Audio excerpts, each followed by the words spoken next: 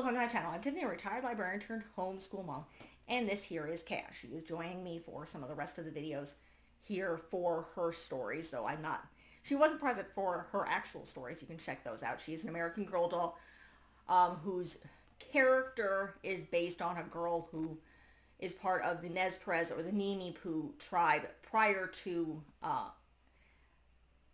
American contact. So they lived in large parts of what is now Idaho, southeastern Washington State, and southeast and eastern Oregon. So what we're covering here is a book called Turtle Island: Foods of and Traditions of Indigenous People of North America by Sean Sherman. Correct? Yes, Saunter. Now, I tried to go through all the recipes in here, but that video was being a half an hour long. So we're redoing this. So he does do a couple things. He does his indigenous pantry. There's a lot of history. So he talks about the people, he talks about the land. This in some ways is a cooking version of the project 562, which I'm covering later in the month, which is a photography project with interviews of various different Native Americans. This is a cookbook, almost a cookbook version of that, where he's traveled all over North America, Canada, and Mexico, talking about the foods. He talks about the lands. He talks about the people. He is a professional chef. He grew up in, I believe it's South Dakota. He's part of one of the different Lakota tribes. Can't remember exactly which one. But I will link his information in the description. So in order to not have this go a half an hour long, I'm going to kind of read the regions that he did. So he does do his indigenous pantry, which covers a variety of things, including how to make homemade naxamal and hominy. This is not so much a food, but a chemistry experiment because it involves wood ash. So this is how Native Americans would have traditionally prepared corn, and what the Europeans didn't know what to do because they had to remove something.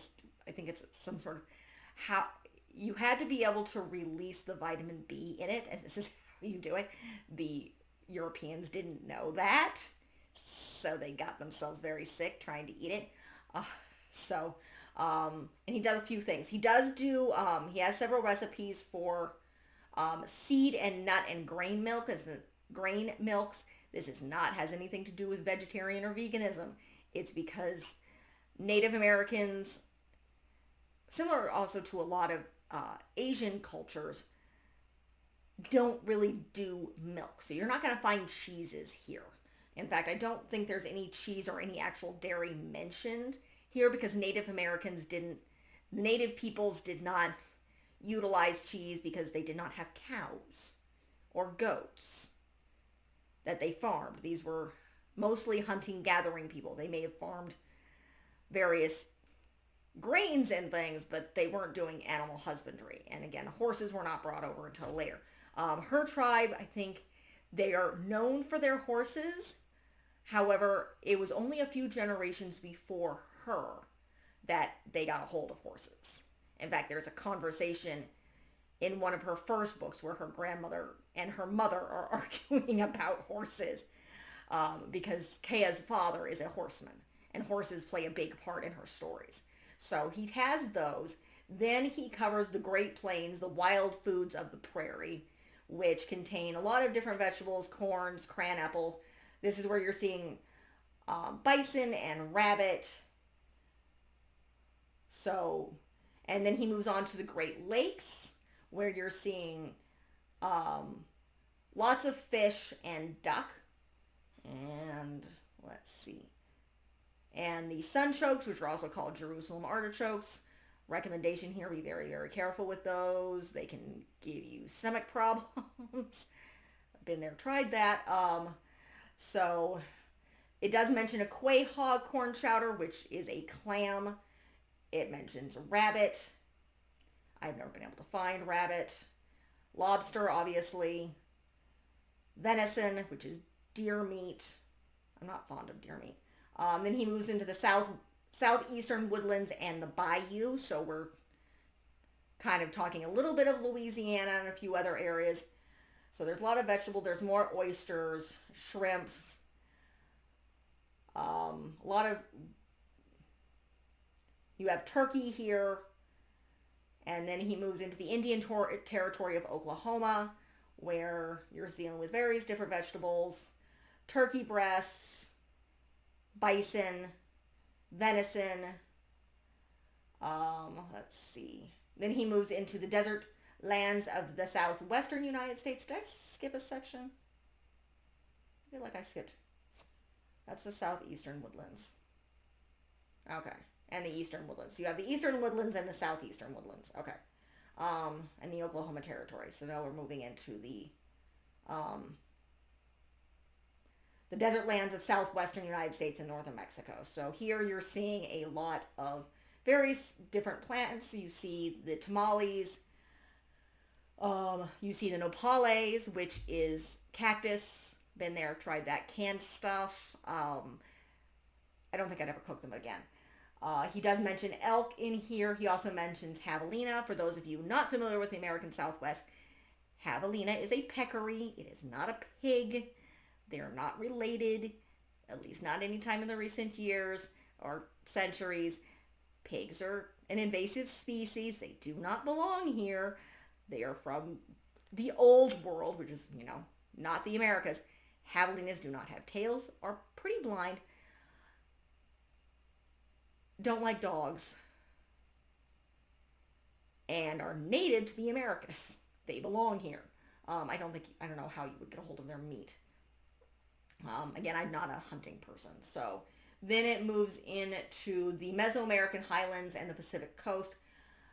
There's a lot of venison here. There's some potato dishes. Most of these things are in Spanish, so I can't read them. So there's lots of chilies and things. And iguana. Yes, there's recipes for how to cook iguana in this.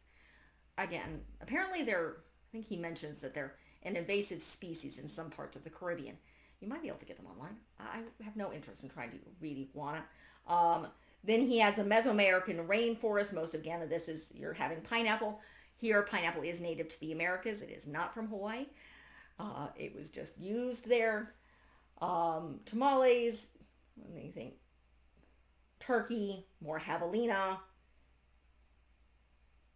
fish.